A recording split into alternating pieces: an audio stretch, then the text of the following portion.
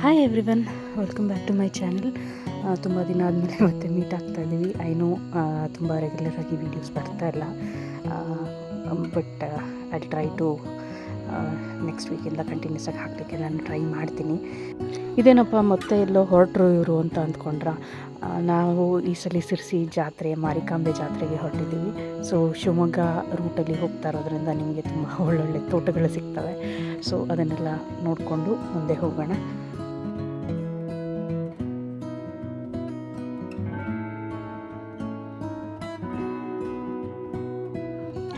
ಈ ವರ್ಷ ಸಿರ್ಸಿಗರಿಗೆ ತುಂಬ ಸ್ಪೆಷಲ್ ಆದ ವರ್ಷ, ಯಾಕೆಂದರೆ ಮಾರಿಕಾಂಬೆ ಜಾತ್ರೆ ಇದೆ. ಇದು 2 ವರ್ಷಕ್ಕೊಮ್ಮೆ ಬರುವಂಥ ಜಾತ್ರೆ. ಹೋಳಿ ಟೈಮಲ್ಲಿ ಬರುತ್ತೆ, 10 ದಿವಸದ ಜಾತ್ರೆ ಇದು. ಸೊ ಈ ವರ್ಷ ಕೂಡ ನಮ್ಮ ಒಂದು ಮನೆಗೂ ಕೂಡ ಒಂದು ಸ್ಪೆಷಲ್ ಇದು ಜಾತ್ರೆ ಇದೆ, ಯಾಕೆಂದರೆ ನನ್ನ ಮಗನಿಗೆ ಇದು ಮೊದಲನೇ ಜಾತ್ರೆ. ಸೊ ಹಾಗಾಗಿ ಅವನ್ನ ಜಾತ್ರೆ ತಿರುಗಾಟಕ್ಕೆ ಕರ್ಕೊಂಡು ಹೋಗೋ ಉಮೇದಿ ಮೇಲೆ ಜಾತ್ರೆಗೆ ಹೊರಟಿದ್ದೀನಿ.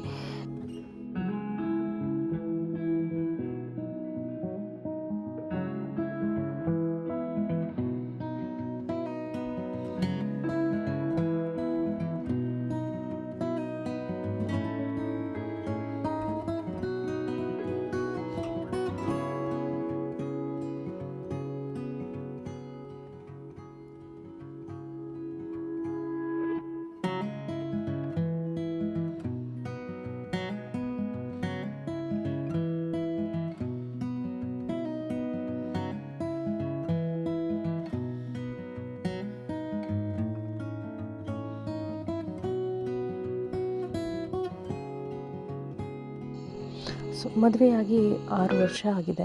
ಸೊ 6 ವರ್ಷದಲ್ಲಿ 2 ಸಲ ಮಾತ್ರ ಜಾತ್ರೆಗೆ ಹೋಗಿದ್ದೆ ನಾನು.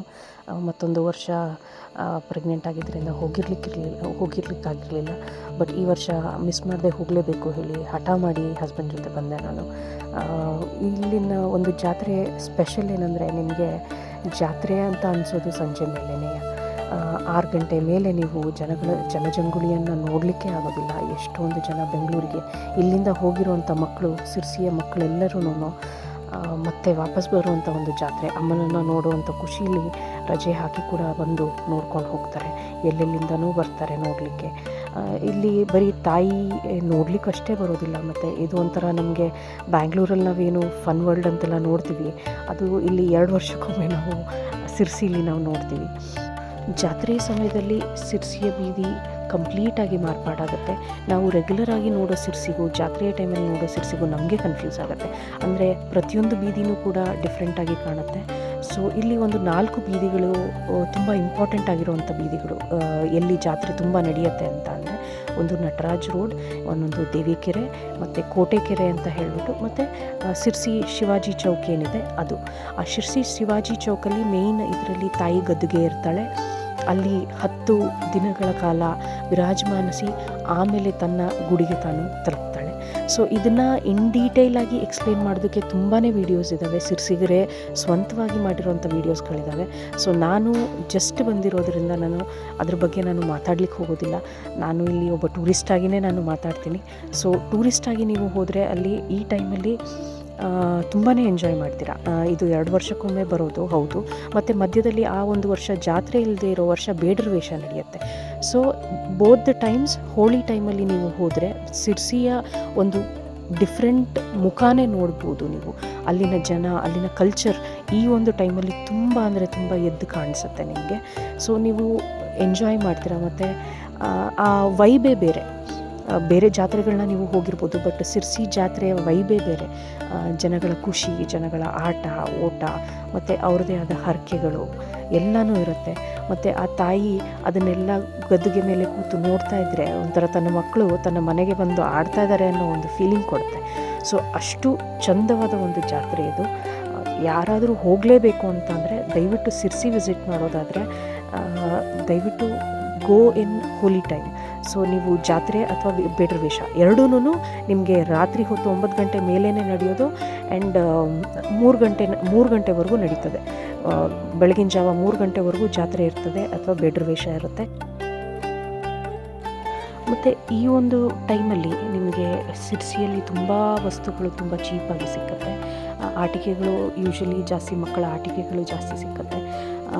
ಮತ್ತು ಬಟ್ಟೆಗಳು ಇದೆಲ್ಲ ಸಿಗುತ್ತೆ. ಅದನ್ನು ಬಿಟ್ಟು ನಿಮಗೆ ಸೆರಾಮಿಕ್ ವೇಸಸ್ ಏನಿದೆ ಅದೆಲ್ಲ ಸಿಕ್ಕತ್ತೆ. ಏನು ಉಪ್ಪಿನಕಾಯಿ ಜಾಡಿಗಳಾಗಿರ್ಬೋದು ಅಥವಾ ಪಾಟ್ಗಳಾಗಿರ್ಬೋದು ಎಲ್ಲ ಸಿಕ್ಕತ್ತೆ ನಿಮಗೆ. ಮತ್ತು ಆರ್ಟಿಸ್ಟಿಕ್ ಆಗಿರುವಂಥ ಕೆಲವೊಂದು ಇವು ಕೂಡ ಸಿಕ್ಕತ್ತೆ.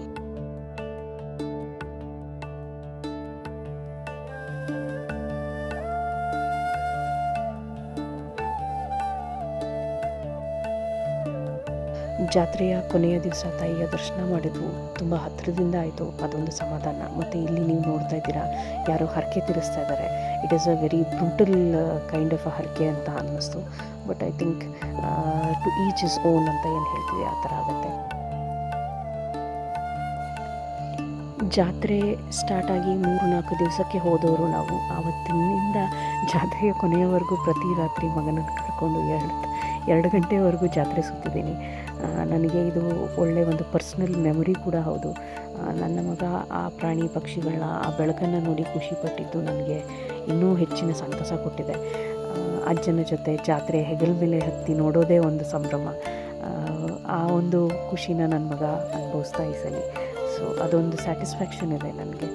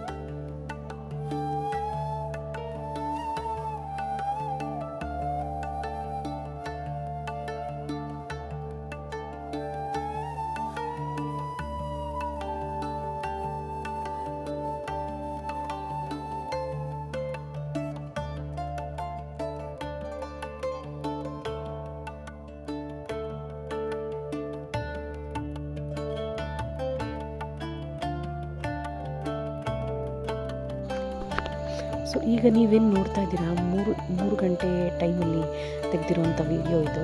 ಆ ಒಂದು ಬೆಳಗಿನ ಜಾವದ ಒಂದು ಮಂಜಿನ ಜೊತೆ ಆ ಕಲರ್ಸ್ ಮಿಕ್ಸ್ ಆಗಿಬಿಟ್ಟು ಎಂಟೈರ್ ಸ್ಕೈಲೈನ್ ಕಲರ್ ಚೇಂಜ್ ಆಗಿದೆ. ಸೊ ಇದು ದೂರದಿಂದ ನೋಡಿದ್ರೆ ಇನ್ನೂ ಚೆನ್ನಾಗಿರುತ್ತೆ. ಇಲ್ಲಿಗೆ ಈ ವಾರದ ವ್ಲಾಗ್ ಮುಗಿತಾ ಬಂತು. ಜಾತ್ರೆಯನ್ನು ಮುಗಿಸಿ ನಾವು ಕೂಡ ಮನೆಗೆ ಹೊರಟ್ವಿ. ಮತ್ತು 2 ವರ್ಷದ ನಂತರ ತಾಯಿಯ ದರ್ಶನ ಆಗುತ್ತೆ. ಅಲ್ಲಿಯವರೆಗೂ ನಮ್ಮ ವಿದಾಯ ತಾಯಿಗೆ.